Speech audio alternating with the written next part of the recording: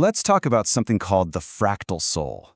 It's a way of putting words to a feeling that I think a lot of us have, That quiet little sense that something's off. We're going to dive into why we feel that way and how just one shift in how we see things can change absolutely everything. Have you ever been somewhere, maybe listening to someone talk, reading a book, whatever, and you just get this little whisper in the back of your mind that says, hang on, this doesn't fully make sense. It's that feeling, right? The feeling that the map everyone's telling you to follow just doesn't quite match the ground underneath your feet. And here's the thing, that feeling, it's not you being difficult. It's not you being a rebel for the sake of it. It's something way more important. It's a signal. It's kind of like your soul is finally waking up, stretching, and realizing the clothes it's been told to wear just don't fit anymore. So where does that feeling of disconnect even come from? Well, that brings us to the diagnosis. We're going to look at this idea of a God of distance, this kind of foundational blueprint that we've been handed down. And maybe, just maybe, it's the root of the problem. Think of it like this, a spiritual inheritance tax. It's the idea that we're all born into these massive spiritual and cultural systems, right? But we never signed up for them. And we pay this sort of tax on our own spirit by trying to squeeze ourselves into a box that was never, ever designed for us in the first place. And this is the model we inherit, isn't it? The whole God up there, human down here thing. It creates this huge gap, this fracture. It sets up the divine as some remote king on a throne. And us? Well, we're just fundamentally separate, maybe even flawed. It's no wonder it can leave you feeling like an exile in your own skin. But here's the really wild part. Even if our minds try to accept that model of distance, there's a deeper part of us, our body, that just flat out rejects it. This isn't some intellectual debate. It's a physical, cellular truth. Your body remembers what your mind has been taught to forget. This is the feeling, fracture, a deep split between your spirit and your body, between yourself and the source of everything. It's the belief that you have to go through some kind of middleman, follow some rules just to feel whole. And the result of that fracture, we end up as exiles.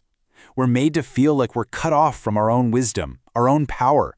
We're taught to look for validation and answers literally everywhere except for the one place they've always been, inside of us. And this just nails it. Think about it.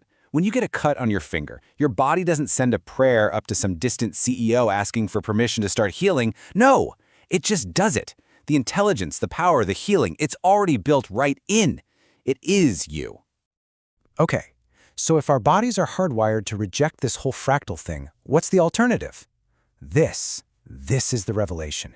This is the heart of what we're talking about today. It's a whole new model, and it's called the fractal soul. So what is the fractal soul? The difference here is so important. It's the idea that you are not just a tiny, insignificant piece of the whole puzzle. No, you are a complete reflection of the whole puzzle. You know, like a hologram, where you can break off the tiniest shard, but that tiny shard still contains the entire image? That's you. And once you really truly get that, everything changes. If you already contain the entire picture within you, why on earth would you need a priest, a guru, or any institution to act as a translator for you? The middleman just becomes unnecessary.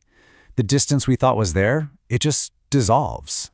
This all builds to our final and most powerful idea, the remembrance. Because this isn't about learning something new. It's about remembering something ancient, something that's already inside you. The idea is simple. You are the gate. For so long, the old model has told us this story about ourselves, that we're the unworthy subjects, the spiritual beggars, just hoping for entry, pleading for a connection that exists somewhere outside of us. But the fractal model? It flips that whole story on its head. It reveals the truth. You are not waiting to be let in. You are the point of access. The connection isn't something you have to search for, because it's what you are. You are the gate. And this brings us right back to the beginning. That whisper of disconnect, that hunger you feel for something more, it's not a hunger for more information, for another book, another workshop. It's a deep soul-level homesickness. It's a call to remember who you have been all along. So we end not with an answer, but with an invitation, a question to just carry with you. What shifts in your life, in your decisions, in your own sense of self, when you finally stop the frantic search for something out there and begin the quiet, powerful act of remembering what is already in here.